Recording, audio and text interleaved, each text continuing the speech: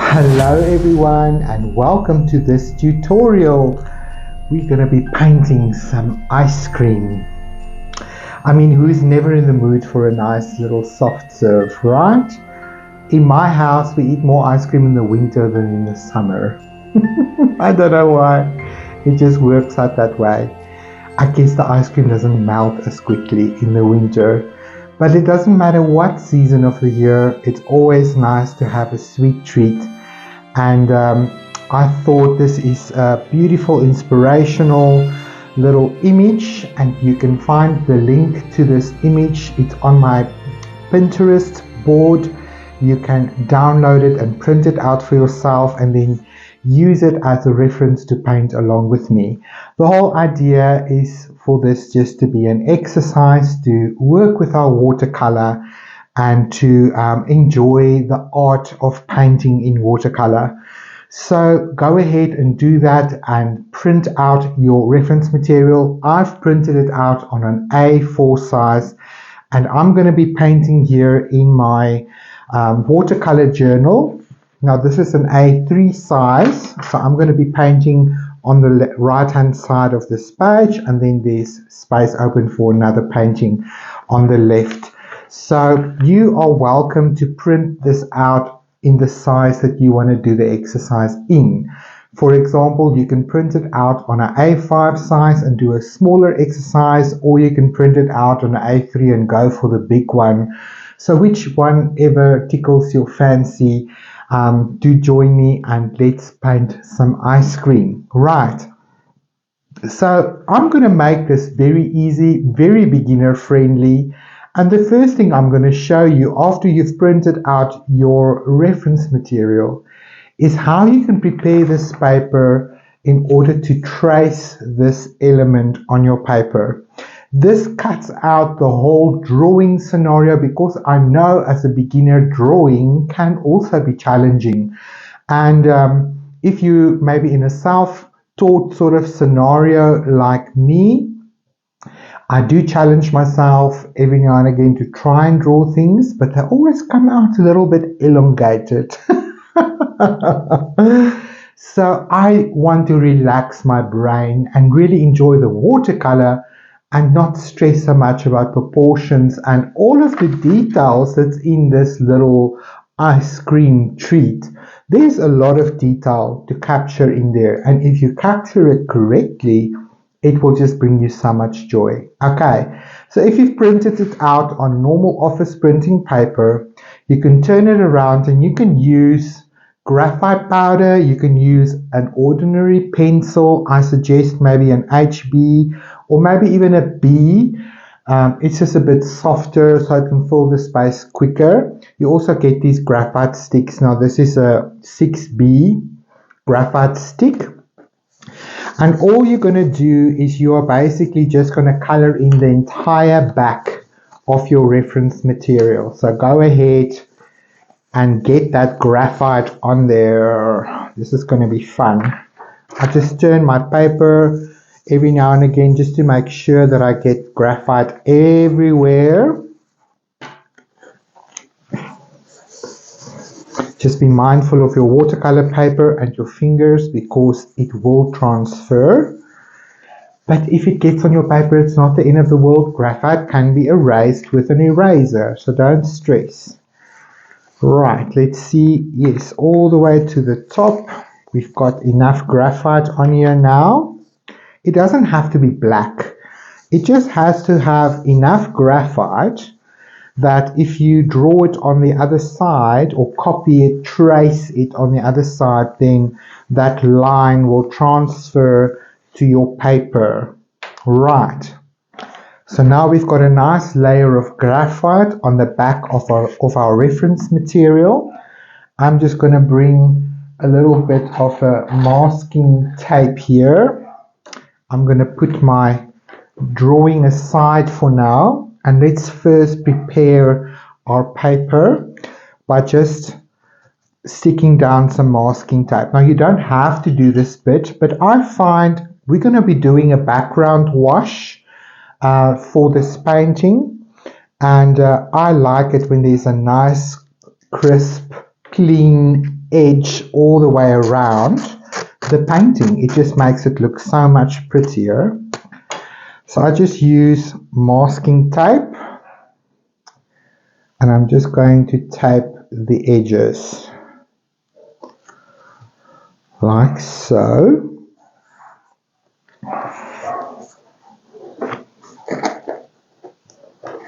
Alright, so there's always a little bit of preparation work that goes into a watercolor painting, but you can, make it complicated or simple for yourself.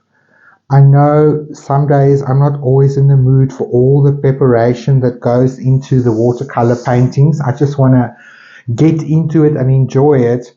But when you do spend a little bit of time to prepare for a painting, there's a reward that comes out of that, and I feel that you sort of put a little bit more energy into it than when you just sort of ring it and don't pay so much attention to the details, like having a nice crisp edge. I promise you, when you're done with this painting, you're probably going to be so proud of it that you're going to want to put it in a frame or something, maybe hang it in your kitchen.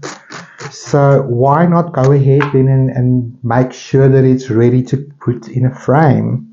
Frames is easy when you've got standard sizes like this. I've learned it the hard way. Now there's a little hair there. Oh my word, the joy of living with animals.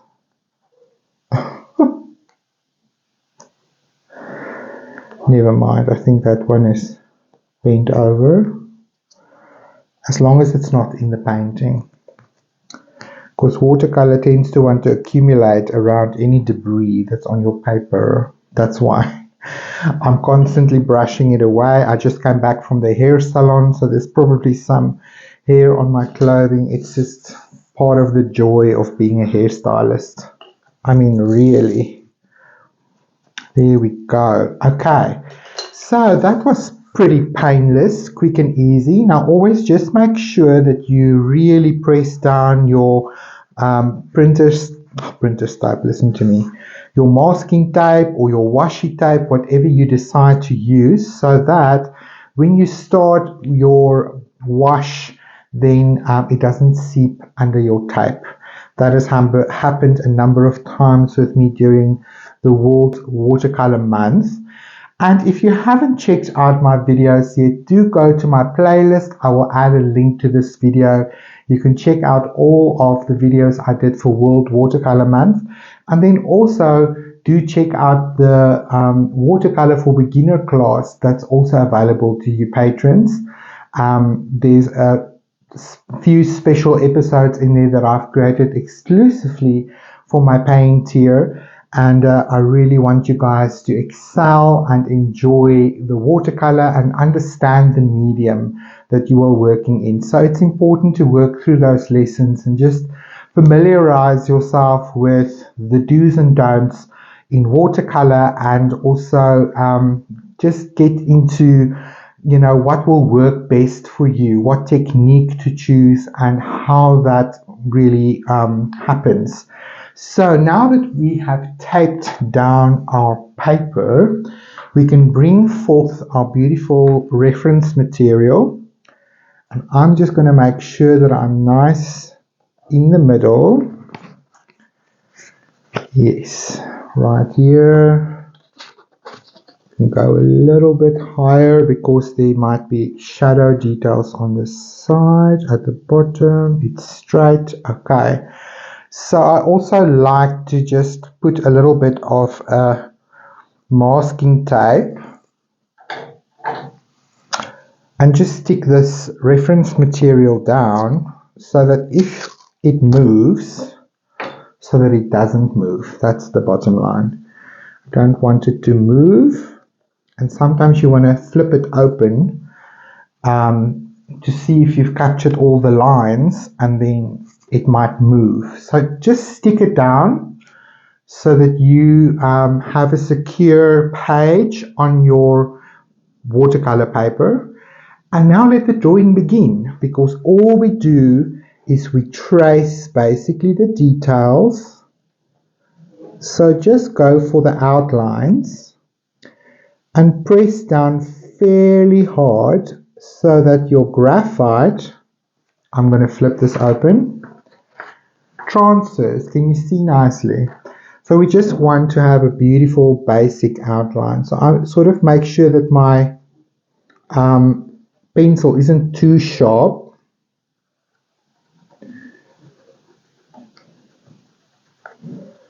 So I'm not trying to capture all the detail. I'm really just focusing on the important information that's going to help us to understand the sections that we need to paint.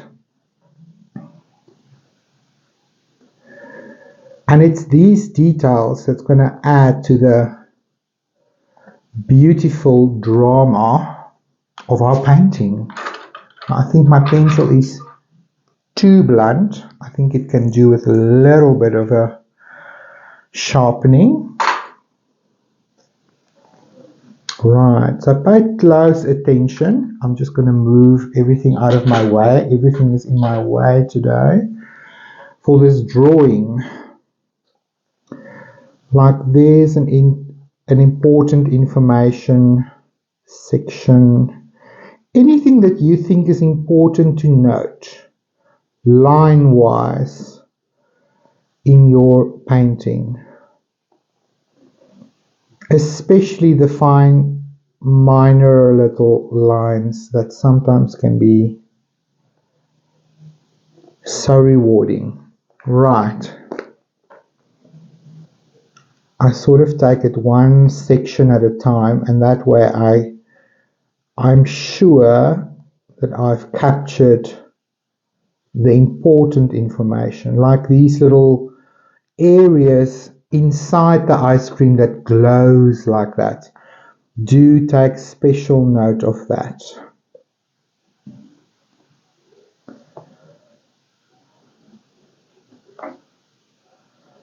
That's nice.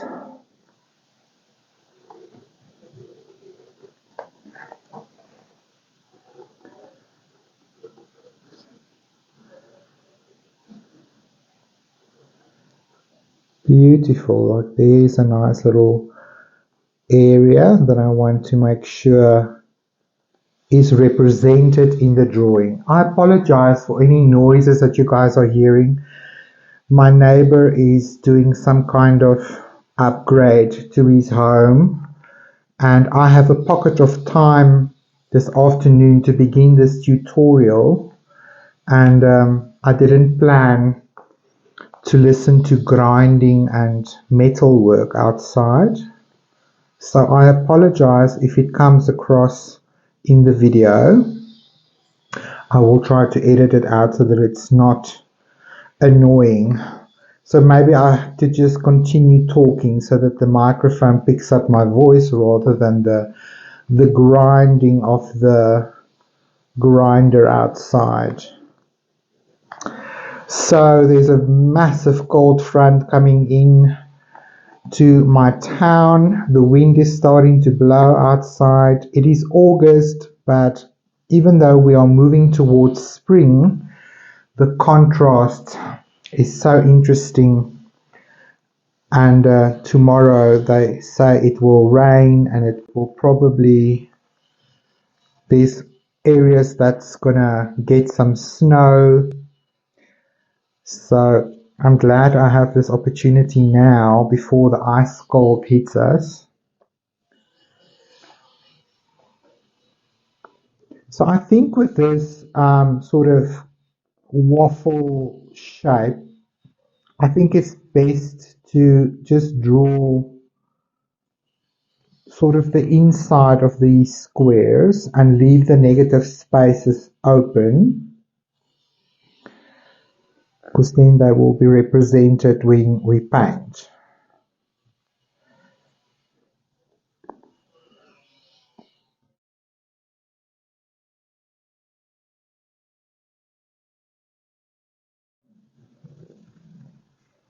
It's hard work drawing. I really admire people that enjoys drawing and sketching, I really must be in the mood for it, and my hand gets very tired quickly. So I guess as an artist, you also sort of learn to have a certain amount of resilience.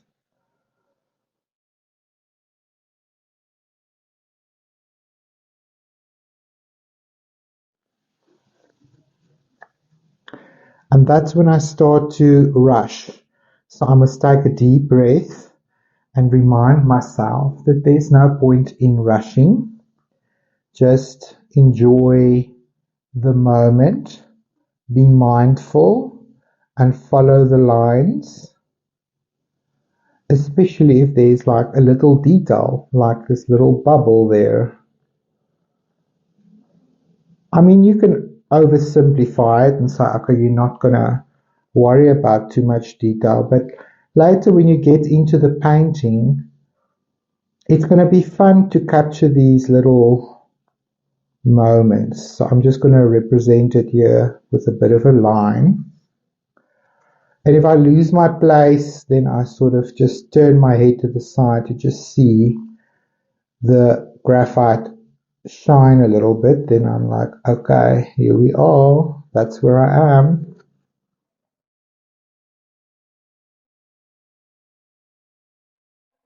And even if you trace it, it still in the end sort of becomes a little bit quirky, a little bit sort of your own. So that's fun.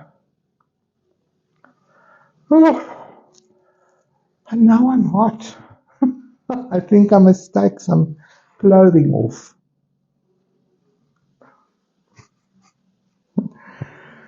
Oh my word. Did you guys enjoy World Watercolor Month? I really had a blast this year.